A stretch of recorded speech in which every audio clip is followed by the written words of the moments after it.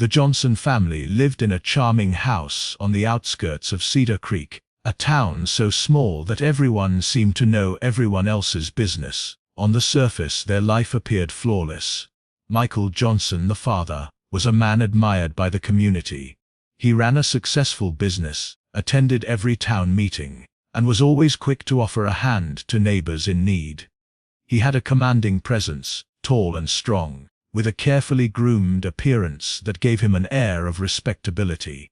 His wife, Claire, was the complete opposite in demeanor, but equally respected. She worked at the local library, a position that allowed her to help children discover the joys of reading and guided teenagers through the delicate challenges of growing up. She was gentle, nurturing, and always greeted visitors with a warm smile that made people feel instantly at ease. Their son, Tyler, was the pride of the town. At 22, he was charming, polite, and ambitious. He had graduated with honors from the local college and worked part-time at a family friend's store. Tyler was the kind of young man everyone liked, never getting into trouble, always helping neighbors carry groceries, or volunteering for town events. When he brought Emily Parker home, his parents welcomed her with smiles that seemed genuine. Emily had come to Cedar Creek for college, full of hope and curiosity, a young woman eager to explore new surroundings and meet new people. Meeting the Johnsons felt like finding a family that matched her own sense of warmth and stability. She admired the way Michael spoke about his work, how Claire cared for Tyler, and the easy, friendly way they interacted. At first, Emily felt she had stumbled upon something rare, a family that lived harmoniously, where love and respect were visible in every interaction. She noticed how Tyler seemed happy in their presence, his face lighting up when he spoke about his father's achievements or his mother's kindness. To Emily, it all seemed like the perfect setting, a life she had only read about in novels. But as days turned into weeks, subtle cracks began to appear in the picture-perfect image.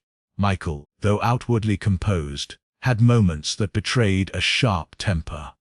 Emily would catch him muttering under his breath when things didn't go his way, or snapping at Tyler for minor mistakes that no one else would have noticed.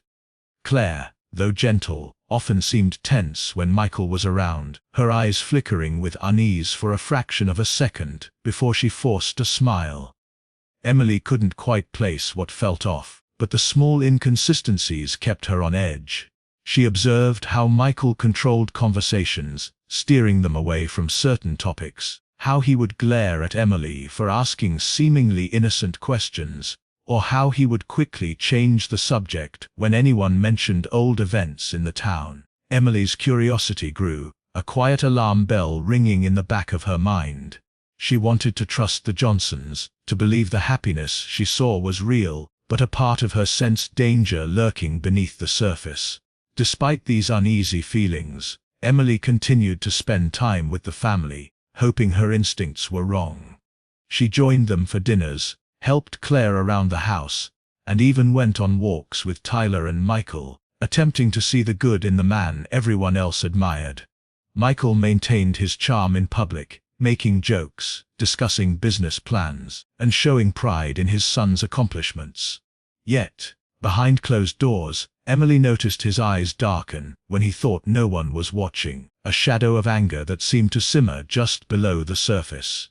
She began paying closer attention, trying to understand the man who, on one hand, could smile so warmly, yet on the other, seemed capable of something frightening. Emily's observations were subtle at first. Hesitations, fleeting expressions, moments of silence that didn't match his outward confidence. But they were enough to make her wary. She began to wonder if the town's perception of Michael Johnson was only a mask, a carefully crafted persona, hiding something far more sinister. And though Emily had no idea what that something might be, a small voice inside her warned that the perfect family she had admired so much might not be as perfect as it seemed. Emily had always been naturally curious, the kind of person who noticed details others overlooked, and asked questions no one else thought to ask. One afternoon, while visiting the Johnsons' house, she offered to help Claire clean the attic, a space that had been largely untouched for years. The attic smelled of dust and old wood, sunlight filtering through small, grimy windows, casting shadows that made the room feel both mysterious and slightly ominous. As Emily moved boxes and stacks of papers, she discovered a large, locked chest pushed into a corner.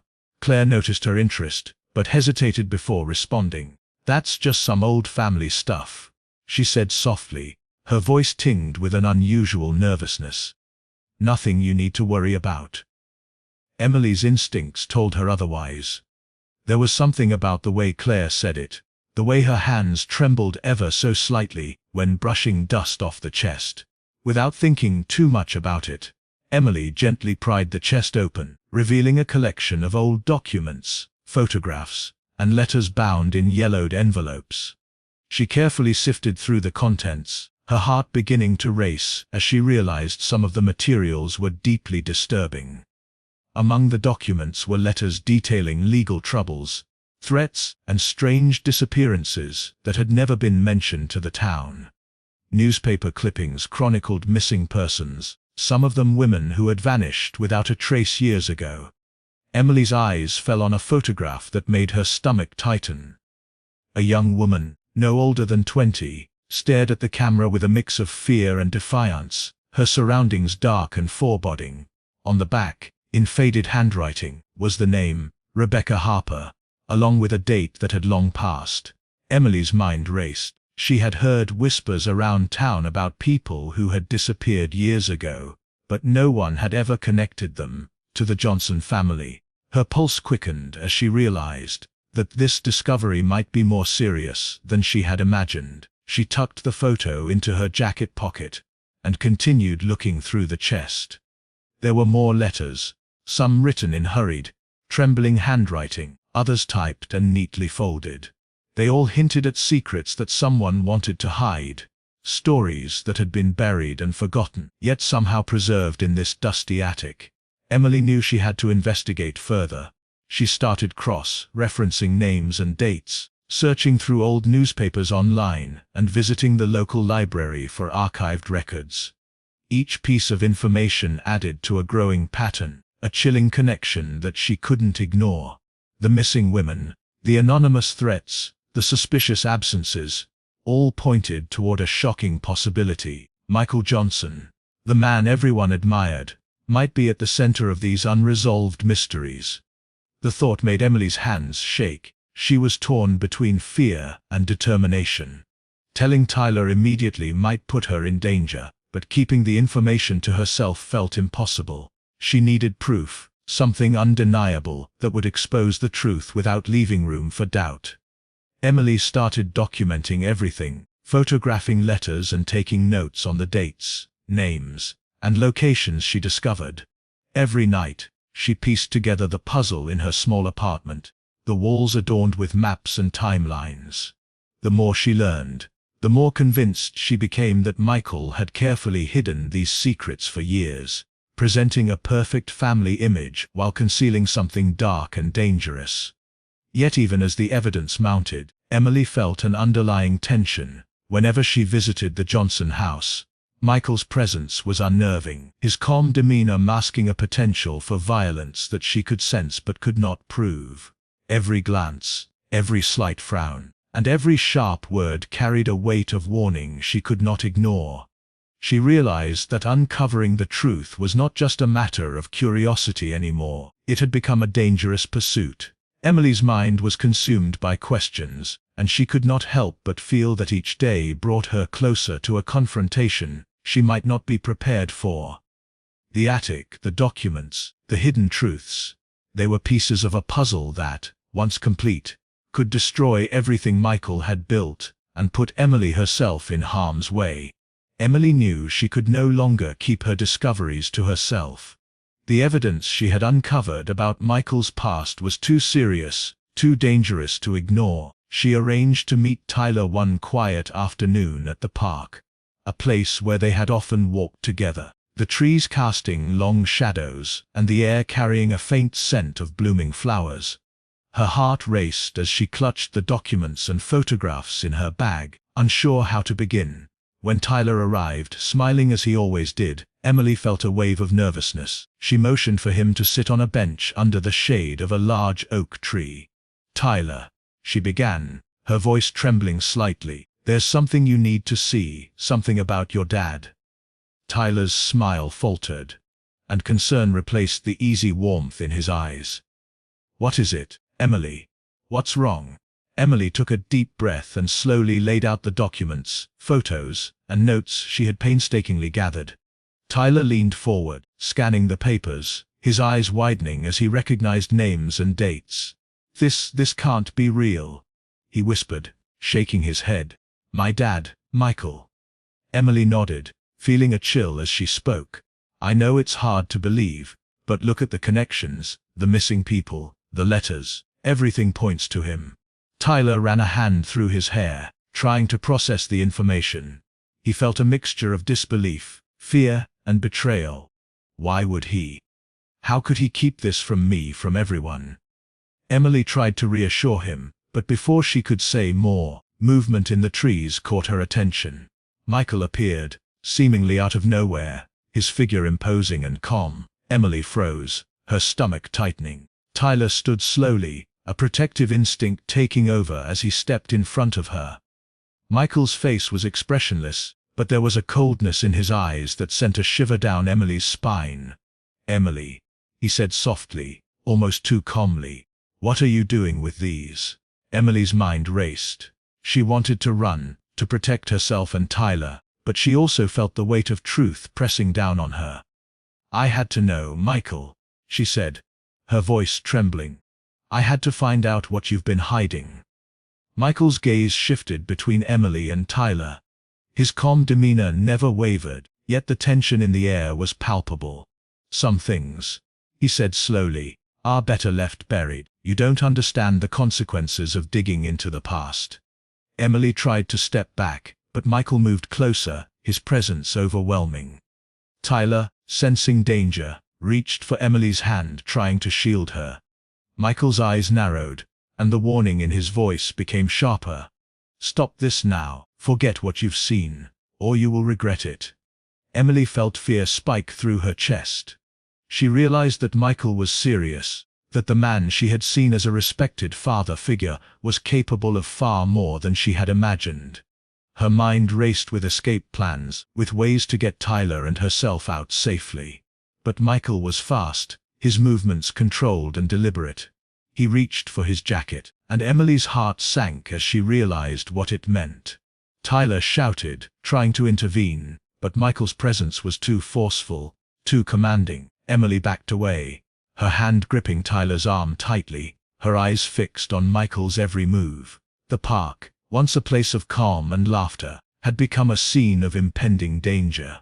Emily's mind raced with memories of the documents, the attic, and the warnings she had ignored. She knew in that moment that uncovering the truth had brought her to a confrontation she could not avoid. The shadows of the trees seemed to grow darker as Michael stepped closer, his expression cold and unreadable.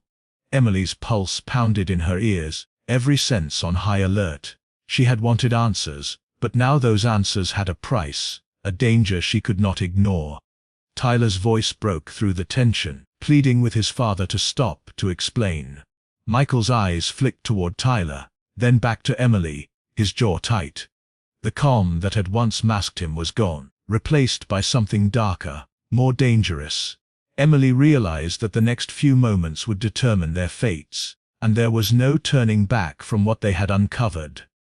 The tension in the park was suffocating, a heavy silence hanging over the trio as Michael's gaze hardened. Emily's hands shook uncontrollably as she clutched her bag, knowing that the documents inside had put her in serious danger. Tyler stood frozen, torn between protecting Emily and confronting the father he had always trusted. Michael's breathing was slow, deliberate, each exhale carrying an unspoken threat. Then, without warning, he reached into his jacket and pulled out a small, black handgun. Emily froze, her mind unable to comprehend the reality of the situation. Tyler's eyes widened in horror, and he instinctively stepped in front of her, shielding her with his body. "Dad, please," he stammered. "This isn't you." Put it down. We can talk about this. Michael's eyes flickered with something terrifying, a mix of anger and fear that seemed to have been simmering beneath the surface for years. You don't understand, he said in a low, controlled voice. I can't let this come out. No one can know. Emily realized in that moment that Michael's calm, composed exterior had been a mask all along, hiding a dangerous obsession with control. She took a cautious step back, her mind racing for a way to escape. She could feel her pulse pounding in her ears, each beat echoing like a warning. We're not going to tell anyone, Michael, Emily said, trying to reason with him, her voice shaking but firm. Please, just put the gun down. No one has to get hurt. But Michael's expression remained unyielding. He raised the gun, aiming it toward Emily with an unnatural precision, as if every movement had been calculated in advance. Tyler screamed, lunging forward in a desperate attempt to disarm his father. Michael's hand tightened on the weapon, and before Emily could react, a gunshot rang out, shattering the tension like glass. Emily felt a searing pain in her shoulder as she collapsed to the ground, clutching herself, terror and disbelief mixing with the sharp sting of injury. Tyler fell to his knees beside her, tears streaming down his face, shaking her gently while shouting for her to stay with him. Panic rippled through the park as a few bystanders, who had been walking nearby, froze, unsure how to react. Michael, for a brief moment, seemed to register what he had done. His eyes widened, a flicker of shock passing over his otherwise composed features. Then, almost immediately, he seemed to regain control. Without saying another word, he turned and ran, disappearing into the woods bordering the park. Emily's vision blurred with pain and fear, the world around her becoming a chaotic mix of sounds: Tyler's frantic voice, the distant ringing of emergency sirens, and the muffled cries of onlookers. She tried to speak, but only managed a groan, the weight of what had just happened pressing down on her. Tyler clutched her hand tightly, refusing to let go, his own hands trembling as he called out for help.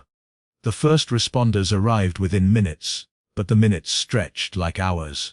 Paramedics moved swiftly, assessing Emily's injury, applying pressure to stop the bleeding, and carefully lifting her onto a stretcher. Tyler followed closely, refusing to leave her side. The police immediately began searching the surrounding area for Michael, setting up a perimeter, and calling for backup. Emily, though in pain, realized the gravity of the situation. The man she had once seen as a father figure was now a violent threat, someone who had taken matters into his own hands to keep his secrets hidden. The park, once a peaceful refuge, had transformed into a scene of chaos and fear. Tyler's voice continued to break through the din, speaking words of comfort and reassurance to Emily even as his own heart raced. She could feel the adrenaline coursing through her, fear mixing with determination. She knew that surviving this encounter was only the beginning. There was still the matter of exposing the truth, of ensuring that Michael could never hurt anyone else again. The officers worked tirelessly, taking statements, examining the scene, and piecing together what had happened. Emily's mind, though clouded by pain, refused to stop analyzing every detail. She understood now that the uncovering of Michael's secrets had set off a chain of events that could not be reversed, and that the terrifying confrontation in the park was only the beginning of a story that the town of Cedar Creek would never forget. The days following the shooting were a whirlwind of chaos, fear, and confusion. Emily remained in the hospital, her shoulder bandaged and her body sore, but her mind refused to rest. She replayed the events in the park over and over, trying to make sense of the terror she had just survived. Tyler stayed by her side almost constantly, his presence both comforting and heartbreaking. He was grappling with emotions he had never faced before: betrayal, fear, anger, and sadness all mixed together, creating a storm inside him that left him sleepless at night. News of the shooting spread quickly through Cedar Creek. The town that had once admired Michael Johnson now looked upon him with disbelief and horror. People who had greeted him warmly at the grocery store or praised his business acumen now whispered about the man who had nearly killed a young woman. to protect his secrets. The police immediately launched an intense investigation, combing through every aspect of Michael's life. Neighbors were interviewed, old acquaintances were questioned, and records were dug up. What they found only confirmed Emily's worst fears. Michael's life, seemingly perfect on the surface, had layers of deception and manipulation. Hidden bank accounts, secret properties, and long-forgotten lawsuits all pointed to a man who had spent years meticulously constructing an image of respectability while hiding a dark past. The missing person cases Emily had discovered in the attic were reopened, and detectives began cross-referencing old reports with the evidence she had provided. Slowly, the puzzle began to take shape. Names, dates, and locations aligned in ways that pointed directly to Michael, while he denied involvement when confronted by the authorities. The circumstantial evidence was mounting, and it was clear that his role in these mysteries could no longer be ignored. Michael, meanwhile, remained in hiding for several days, moving between abandoned properties and secluded areas on the outskirts of town. His absence added to the tension in Cedar Creek. Residents were anxious, unsure when or if he might reappear. The police issued a warrant for his arrest, making it clear that he was now considered dangerous and unpredictable. Finally, after a tense standoff, Michael was discovered hiding in an old cabin several miles outside town. The officers approached carefully, guns drawn, and ordered him to surrender. Michael complied without resistance, but his expression remained cold and unyielding. During questioning, fragments of his past were revealed, though he never fully confessed. Emily learned that he had lived a life built on control and secrecy, manipulating those around him to maintain his public image. His actions had caused suffering, fear, and loss, leaving a trail of unanswered questions that would haunt Cedar Creek for years. The town slowly began to heal, though the shock of the events lingered.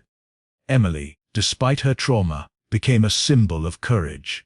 Her determination to uncover the truth had not only saved herself, but prevented further harm. She worked closely with law enforcement, providing testimony and evidence, her bravery helping to bring clarity to the chaos Michael had created.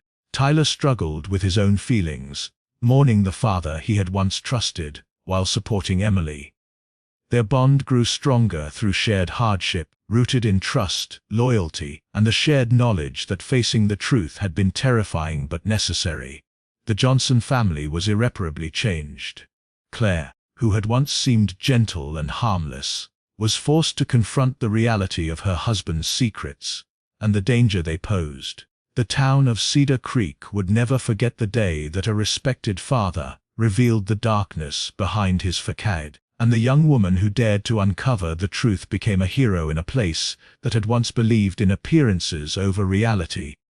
The story of Michael Johnson, Emily, and Tyler became a cautionary tale, a reminder that even the most perfect-looking lives can conceal terrible secrets, and that courage, curiosity, and determination can shine a light into the darkest corners, no matter how dangerous it may be.